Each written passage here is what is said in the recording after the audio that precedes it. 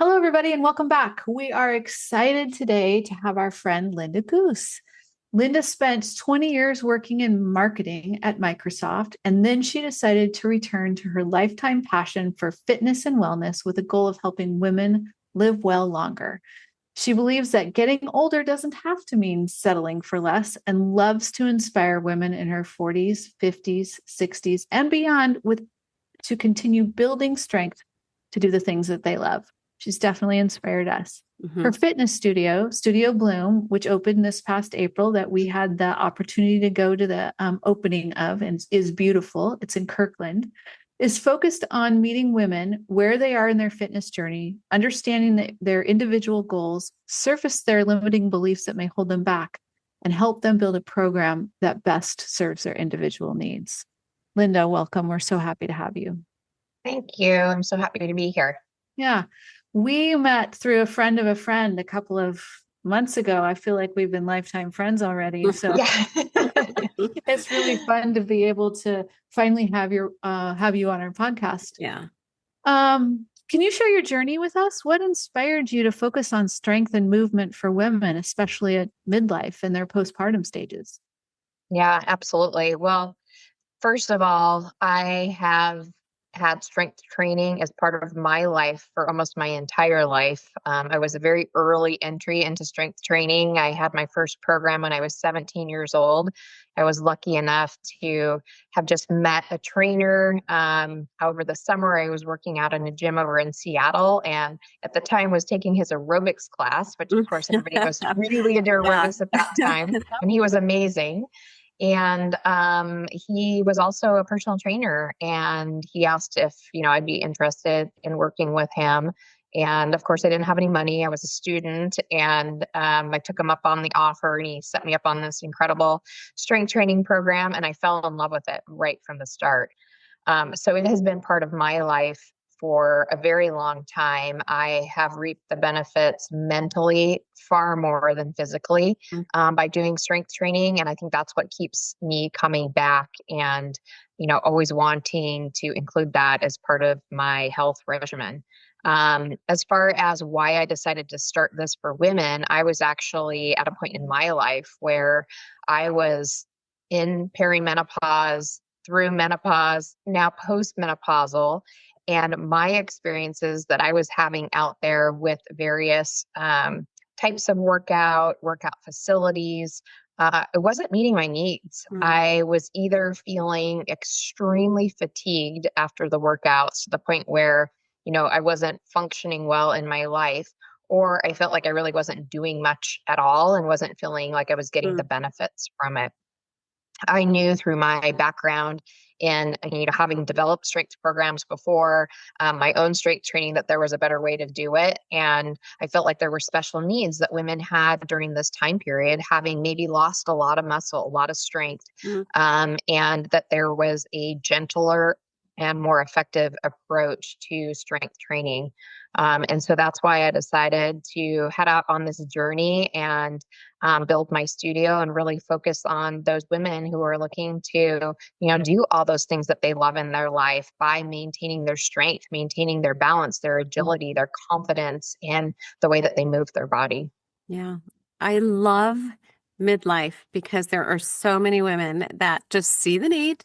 And so, okay, I'm going to do it. fill the need. Exactly. I absolutely love that you took the bull by the horn, so to speak, and started your own studio to fill the need. And I've personally been there, and you've taken me through a workout that kicked my butt in a good way. But I'm curious because you mentioned that for yourself, you found that you were either extremely fatigued or you weren't getting enough, and you have worked with thousands of women. And I'm wondering what patterns you notice when it comes to exercise in midlife. What are we doing in midlife? What's the typical approach that you see for midlife women at this age and their approach to exercise? Yeah, well, there's a few different things. One thing that I definitely see is a lot of cardio exercise and not a lot of strength training. I think because we grew up in that time era of aerobics, and healthy heart and running and walking and cycling, swimming, maybe even those things being the healthy approach. And while those things are certainly healthy, it's far more important to maintain your strength in life, so that you can avoid risk of injury, so that you can maintain healthy bones, so that you can manage your weight. I mean, there's so many benefits to maintaining muscle mass and strength as you age. So that's definitely one thing, is too much focus on aerobic and cardio workout and not enough on the strength training. For those who are doing strength training, a lot of women are focusing on light weights because that's kind of what's marketed, right? It's the Yeah. pink dumbbells. Women are meant to do light weights. They don't want to get bulky and big. And it's a real myth out there. Women do need to lift heavier weights. That's the only way that you're going to challenge the muscle in order for it to grow, to build strength. And to also build bone. So heavier resistance training is something that is definitely necessary. And, some women are educated now that that is an important aspect to include in your workout regimen, but there's also many that aren't aware. There's also, I think, a misunderstanding or lack of knowledge around the importance of progression. So if you're doing any kind of program and you're expecting growth, right? So you're expecting to increase your muscle mass, you're expecting to improve your run time, whatever it is, it has to be progressive. So it means that your body's going to adapt to whatever sort of exercise you're doing. You need to provide additional challenge in one form or another in order to grow. And most people are not doing that. If they are going into the gym, they're doing the same exercises day in and day out, and maybe even with the same weights or body weight exercises. And that's probably not going to be enough to create the gains that they're looking for. You We have to talked a little continue to bit. push yourself. Yeah. Yeah, Yeah. yeah. We Yeah. talked a little bit about why this is so important at this stage of life, but can you talk about the connection between bone health, lean muscle mass, metabolism? Like, why at this point in your 40s and 50s is it so critical to do this? And, not just because you're working out to, get really strong muscles, which, women are not able to do that because you say women are concerned about doing that, and that's not what happens. But why is it so critical right now that women focus on heavy strength training? Yeah. So first of all, muscle is really considered an endocrine organ. It contributes to the entire functioning of your body. So it's not just the structural support of your body, but it helps with cardiovascular health. It helps with metabolism. It helps with our endocrine system. So there's a lot of functions that muscle contribute to. And it also contributes to bone health. And so if we don't have strong muscles and if we're not challenging our body with lifting heavy weights, then we're not going to stimulate the bone development that's necessary in order to maintain your bone density. So as we age, we naturally are losing muscle, we're naturally losing bone, and that really starts at about age 30. And the decline can be pretty swift, especially as you hit perimenopause and into menopause because of the declining estrogen levels that we experience. So if you're not participating in strength training program, you will be losing bone. There's genetic factors as well that contribute, and other lifestyle factors that contribute to bone loss, but certainly not doing strength training or heavy resistance training is going to impact the health of your bones. I mean, it's fascinating, the bone health piece. We just came off of Bone Health Month several months ago. May. We had you on a webinar, so thank you for sharing your knowledge there too. But, we're in this space, and some of that data is even shocking for us. And I'm wondering, there's so many mixed messages out there that I think it gets really confusing for me, but also for just the general public. When we talk about lifting heavy, strength training, don't do cardio, stay in that zone 2, hit training, sit training. Can you kind of talk to us a little bit about that and what some of the biggest misconceptions are that you see in that space? I mean, what should we know? What should we be doing? Talk to us a little bit. Yeah. Well, I think the biggest mistake that people make probably is all in on one type of exercise, right? Like they're only doing aerobic and then they're only doing strength or they're only doing, some other form of workout. And certainly your body needs a lot of different things. It needs to be able to move in many ways. And there's different benefits to different types of training. Strength training is so critical because it has such a huge impact on our longevity, right? So the trajectory that you see if you lose strength as you age is that, perhaps you take a fall, right? Mhm. And if you have already low bone density, the chance of fracture is pretty high. And once you fracture something, then, you kind of end up on this cycle where maybe you're not strong enough to fully rehab. And if you're not strong enough to fully rehab, you're functioning at a lesser level than, basic life skills. And then once that happens, it just starts the deterioration. So strength training is critical in that aspect, but it's also important to maintain our cardiovascular health. So having a base level of cardiovascular health where you're able to do the things that you want to do in life and have the fitness, cardiovascular fitness to do that. It's also critical to maintain your agility and balance. We don't just move in one direction. We need to be able to move in many directions. And oftentimes life requires that we move our feet really quickly, right? We're going to lose balance here and there. And how well equipped are we to regain our balance and find our footing to prevent that fall? So all of those things are important. I think that strength training is getting a lot of focus right now because of the impact it can have on people's longevity. Yeah. But what I hear you saying is it's not just strength training, right? You have to It's take absolutely into not. consideration all of those Yeah. other factors. Yeah. Yes. Functional mobility, Absolutely. balance. Yeah. And we haven't even talked about pelvic floor and core either. Um, can you talk to us a little bit about that, Linda, and how strength training supports those areas as well? Does it? Yeah, well, the pelvic floor is made up of, I don't think it's like 26 muscles or something. It's an enormous amount. In fact, we just had a speaker last night at my studio on this particular topic. It impacts an enormous number of women. And what I found out last night actually is that it happens in young athletes as well. So pelvic floor issues can often be related to too much tension as well as not enough tension. So there needs to be a balance. And it oftentimes is preventing women, especially our age, from doing strength training or any kind of dynamic movement, right, that could benefit them overall because of the leakage that they experience. It's embarrassing.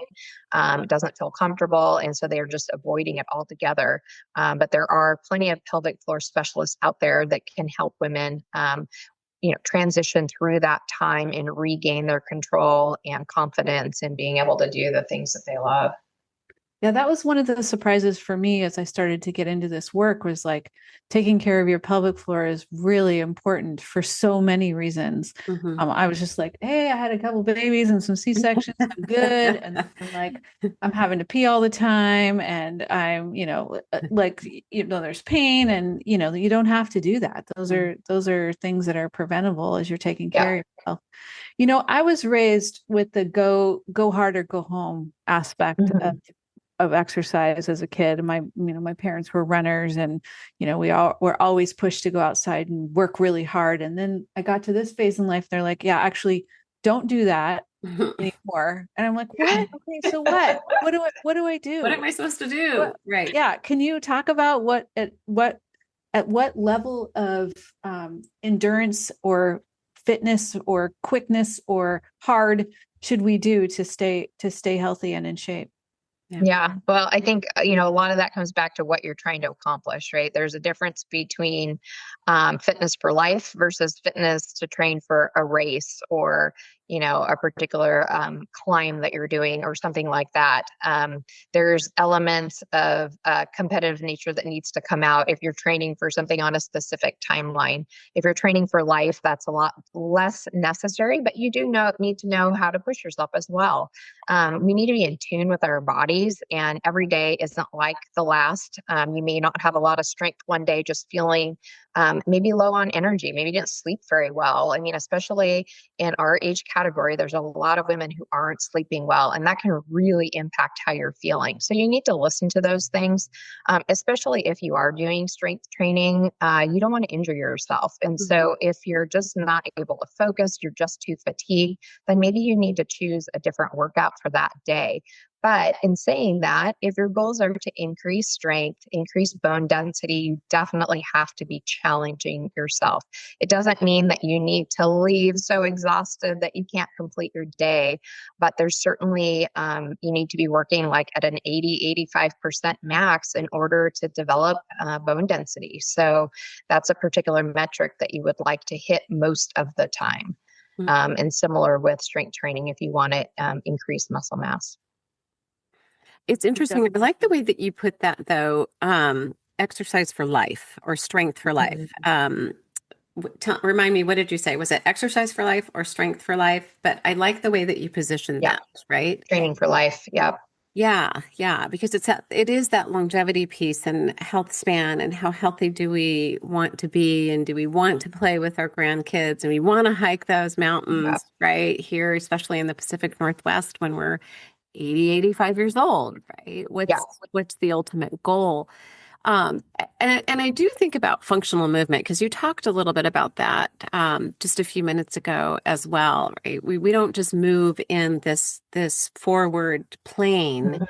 And I know I chuckle, but I don't chuckle at it. There's so many people at the gym that are getting hurt playing pickleball, and we love pickleball. But I wonder if part of it is that we're starting something that our body's not used to doing, right? We're not used to moving in those other planes. And so we haven't trained it to do that. And we need to, right? We still have to carry our groceries. We still have to carry our grandkids, right? So do you incorporate functional movement into your programs? And is it an important aspect?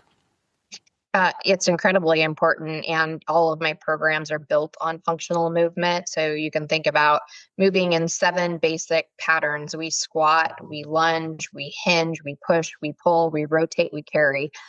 Those are all things that we need to be able to do in life. And so those are the movement patterns that we use in all of our programs. And so there's some form or fashion of those movement patterns in all of the workouts that I develop. We do full body workouts that incorporate all of those movement patterns, and it crosses over to how people function in life. And I hear it every day from the people who take my classes, the clients that I personal train, how they were able to lift the large cooler that's super awkward and put it into the back of their car. Or, one client was mentioning how she was able to put the turkey into the oven, which can be very awkward in knowing how to squat down appropriately, right? And engage your core in order to reach your arms out forward with something heavy in your hands. So it absolutely crosses over to daily life. And that's really the whole point. Why else are we doing this, right? If it doesn't benefit us in our life, then it's just for visual effect. And I think at our age, it's no longer for visual effect. We want to live healthy because we want to be able to do the things that we love in our life and be able to enjoy many more years. Yeah. It's the nursing home resistance plan, right? You can live longer on your own. But what if, I haven't done it for a while, or I've never done strength training? What's a safe and effective sort of starting point look like for somebody brand new to this? Yeah. And that's okay. I think, people get really hung up on the fact that they're in bad shape and they hate where they're at. And you have to get out of that mindset and recognize that you're starting where you're starting, and that's okay. There's a baseline. And then we just move forward from there, because everybody can improve their strength. It doesn't matter what your limitations are. I have clients with so many different limitations, and they can still build strength. Some of the basic places to start would be sitting to standing. Can you sit in a chair and stand up effectively, right? And if you can't do that, well, then you help with your arms a little bit. So that's a basic function that everybody should be able to do. When you're leaning up against a wall, are you able to push your body away from the wall in order to get into an upright position, right? That's a beginning of like a push-up. That's upper body strength. And can you keep your body in a straight position? So that's like a basic place to start. There's other ways that we move our body that also contribute to those basic movement patterns. And that's the best place to start. I would say working with somebody who is educated in the biomechanics of movement, who understands how to take somebody from a very beginning level and progress them through, would be a great place to start as well. So if you can check into a trainer at a gym, or find somebody who's very educated online that walks through the process of starting out in a program and building progressively to more strength. Those are great places to look. That's Yeah. great. Body weight is great. I try to get push-ups on the stairs every time I go up the stairs. I'm like, hey, can I get 10? Yeah, great. Just use the body weight. Yeah. I And usually it's do a few surprising before. how hard that It becomes. is, yeah. Yeah. I try to do a few before I take a shower at night just to, prove that I can still do I it. can still do it. Yeah. Exactly. Yeah. Yeah. So that's great. Body weight. And I think you're right. Working with someone that knows what they're doing too. I mean, we can't go to the gym and start living heavy crap, right? I mean, No. it's not a Yeah. good idea to go to the gym audience and pick up those 50-pound Yeah. weights and try to start, bicep curls. It's probably not a good idea, but Yeah. And I would say 9 times out of 10, people aren't moving in optimal ways, especially if you haven't been doing it for a while. We start compensating by using other muscle groups. And most people are relying a lot on their quads, a lot on the front of their body, and the back of their body isn't contributing much to their movement. And so having somebody who is educated in that and can see what's happening and make those corrections is really critical so that they don't get injured. yeah. Well, even when you think you're strong, I mean, I'll speak for myself because I felt strong, right? And then I went to see you and just a single leg, squats, right? Yeah. And you realize, oh my goodness, I'm using the quad strength and not my hamstring and my glutes. Yeah. And so you can still feel strong and you're still compensating, right? Yep. Yeah. Exactly. Exactly. You not even notice. Yeah, exactly. Where does breath work come into all of this? Does it core awareness, breath work? We're both yoga instructors. We believe in breath work for many reasons and optimizing our core strength to protect lower back. But what's your opinion on that? It is critical. I will say sometimes it's overwhelming for people if they're just learning the movement patterns. And so sometimes holding off if they're doing fairly lightweight is okay Mhm. until it comes to the point where, okay, they're going to start progressing here and the weight's going to get heavier and the breath work is going to be even more important.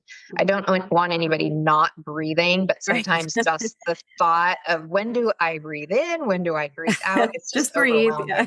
Yeah.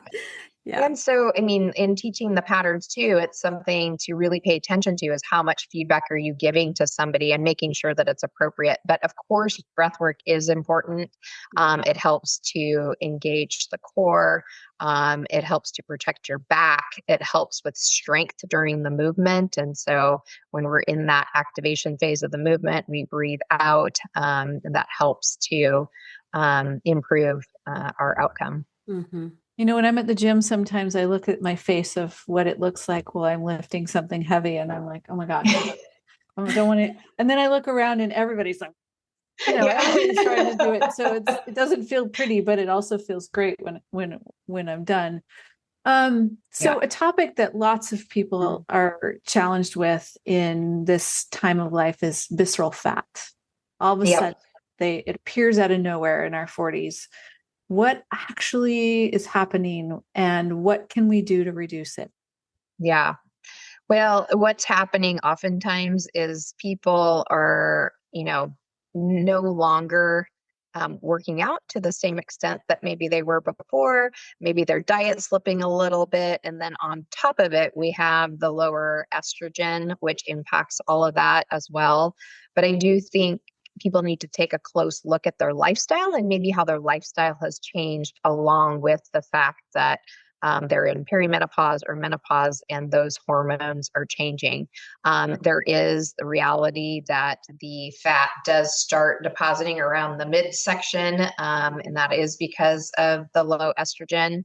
And as far as like what somebody can do about that, the best thing that they can do is begin a strength training program so that they can build more muscle. And then once they have more muscle, their base metabolic rate is higher. They're going to be burning more calories at rest, and they're going to be burning calories longer after the workout. And so that's going to help there. And then also focusing on nutrition. Nutrition is a huge piece too. If you're talking about body fat, exercise alone isn't going to do the trick. You have to have a good balanced nutrition plan and make sure that, the calories that you're consuming is nourishing your body and that you're not ingesting a lot of excessive calories that are non-contributors. Hmm. We're hearing a lot about protein right now for women in midlife. What's your opinion on that as far as exercise and recovery? Yeah. So protein is critical. And I know it feels like, you can never get enough. But as far as building muscle, protein is critical. As we age, we need more protein. And most people are eating less protein, right? We start moving towards eating more carbohydrates, most people as they age. And the reality is we really need more protein. It's the building blocks of our muscles. We need to have that in our diet as a component. With that said, again, you need a balanced diet, right? So there should be carbohydrates in your diet. A lot of people are steering away from carbohydrates. We need that. That's our energy source. And you absolutely need fat in your diet as well. So it's just a matter of getting the right nutrition levels in all of those categories. Yeah. Do you have a recommended amount of protein per day, or would you say that varies per, person and circumstance? And I imagine a little bit, how much are you working out? What's your fitness level? Exactly. Et cetera. Is there a baseline though? I always feel like I'm not getting enough protein. I feel like I'm eating a lot of protein, but at the end of the day, I look at it and you did not get enough protein. It's hard. Yeah, it is hard. And all those things matter that you just mentioned, as well as, your weight and everything else. But I would target around 30 grams per meal is a good place to be. I think those are close to the recommendations that come from FDA, and that's the guidelines that I provide to my clients. I can only do that when I'm carefully tracking it. Yeah. Otherwise, when I add it up in my head at the end of the day, I'm like, no, you didn't even get That's where I am. Like, you gotta track it during the day. Like, you just can't wait. Yeah. And the critical thing is splitting it out, right? You don't want to be hitting your body with a ton of protein in one meal. So for me, getting it in the morning is the biggest challenge. So if I can focus on getting it in the morning, then lunch and dinner is a lot easier for me. Ultimately it'll accumulate to where I want to be. But if I start off bad in the morning, then it's harder to get that in. Yeah. Makes sense. So switching gears a little bit, but talking about snacks still. What are your thoughts on movement snacks versus structured workouts? Like do both count? Should we do one over the other? I've heard, various different things on that. So do I schedule a gym time 3 days a week for an hour, or can I do movement snacks throughout the week? Yeah, that's a great question. I mean, I think one is how are you going to get it done is the most important, doing it versus not doing it. So if all you have is that snack time, then, yes, absolutely do that. If you're able to schedule workouts in, then that's probably a preferred method. But the snack workouts work great as long as they're focused, right? So if you're not challenging yourself, not making it progressive, then there's not going to be a lot of strength gains. You might maintain your strength in doing some of that, but it really takes a prescribed and progressive method to gain strength. Like I said, if you're doing the same exercises, you're not making it more challenging. And if you're doing it in your office or something and you don't have the equipment and you're just trying to get some push-ups in and some squats in, great for overall health. Probably not going to be huge for strength gains if that's what you're doing every workout. Mm, it is good. And, I think we get into a mindset of all or nothing, right? Like, Mm-hmm. okay, even week by week, I mean, I find myself getting into that trap. Like, well, I didn't do good this week. It's Tuesday, so I'm done. Right. Yeah. I I don't need to traveled, I worry didn't about get to this do week. it. Right. Oh, I may as well give up. And it is that all or nothing. But I think it goes back to what you just said, Linda, and something's better than nothing. Mm-hmm. And right.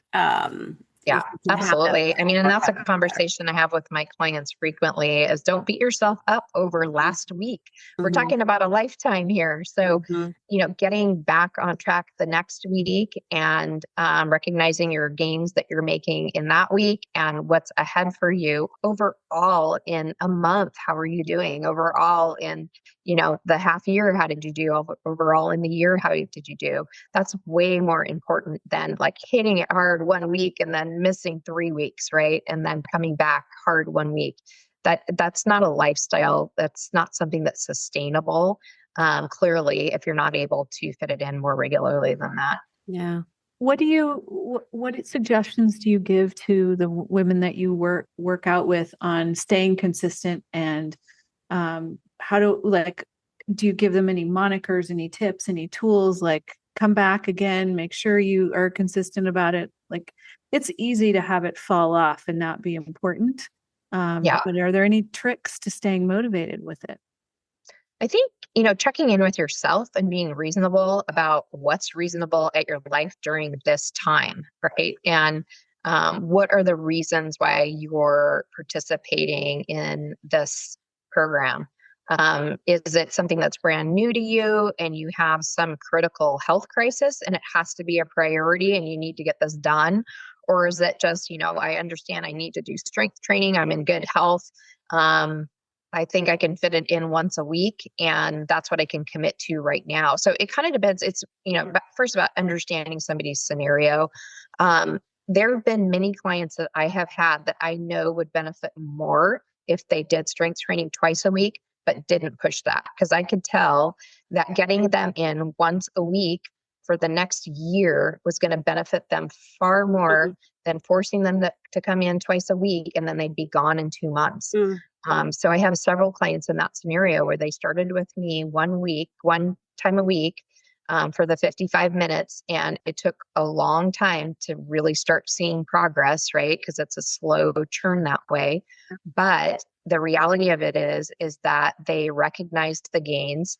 It didn't push them out the door mm, because the progress was reasonable for them. It fit into their schedule. And now because they're seeing the progress that they're made, they're so motivated to go do it on their own. So they're scheduling workouts in on their own, outside of working with me as well, which is terrific. mm, So I think one thing is just recognizing where you are and what's going to be reasonable in your life. I think the other thing is to treat it like any other schedule that you have in your life. Put it in your calendar. That's how it works for me. Anything that I need to get done, if it's not in my calendar, it's unlikely to yeah, happen. exactly. So schedule it and treat it like an appointment. Don't let other people interfere with your time to maintain your health. And it's really hard to do because there's so many distractions that we have. I think the other thing is finding something that's fun for you. Mm, So if you're not having fun in what you're doing, most people are not going to stick with it. It doesn't matter what it is. Um, and there are ways to make it fun, whether it's the person that you're working with, whether it's the type of workout that you're doing, whether it's the conversations that you have or the women that you meet. mm, There's ways to find fun in the workouts that you do. mhm. I So love it's never that. too late to start. Nope. Do something that you like, do it as consistently as you can, and maybe put it in your calendar if that's the way you manage things, then you should be able to sort of get a routine going. Yeah, that's right. Yeah, it's way easier said than done, but it's absolutely true. And I know that I've spent a lot more time in the last year at the gym working out with weights, and now I can't live without it. It Mhm. just makes me feel better. It's a Yeah. self-care that I didn't ever imagine that would be important to me. In Yeah, fact, I I'm love going it. to the gym right after this. Yeah. I'm ready to Yeah, go, and that's what's happening.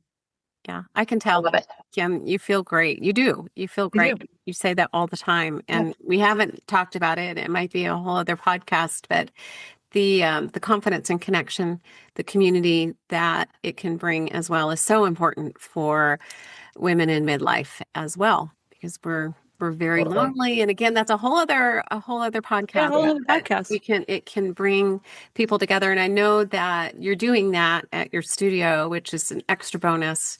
Linda, tell us a little bit about your studio before we leave our audience. What makes your studio different than others? Yeah, well, I'm focused on women for one. It's primarily women who participate in my programs, and I'm focused on aging and aging well. And I understand the challenges that women are facing at this point in their life.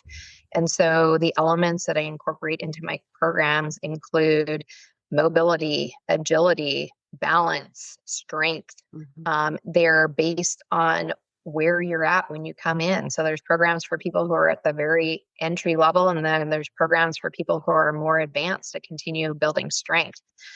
So meeting people where they are and encouraging them and getting them to recognize that it's not too late, that there's plenty of opportunity to continue doing the things you want to do to build the strength that you need and move the way you want, is really what I want people to get out of it. Also, the community is huge that you mentioned. So, the vision that I had and what was missing in my life also was a community of women who were in the similar place that I was in, Yeah. that I could communicate with. And that's what I see in my classes. We have fun music playing.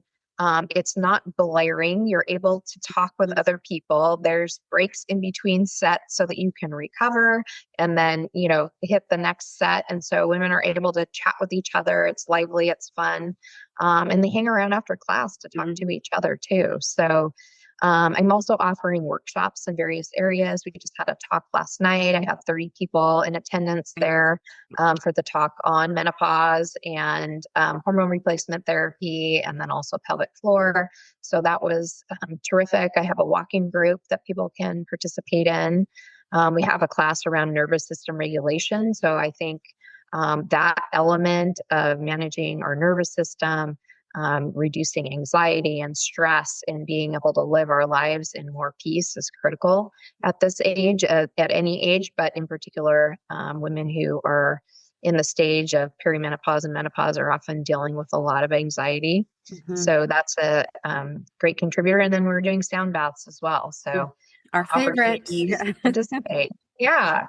I I'm love it. just wondering if I should start looking for real estate for you to open up your second studio Yeah. in Edmonds. In Edmonds, In exactly. Edmonds. Yeah.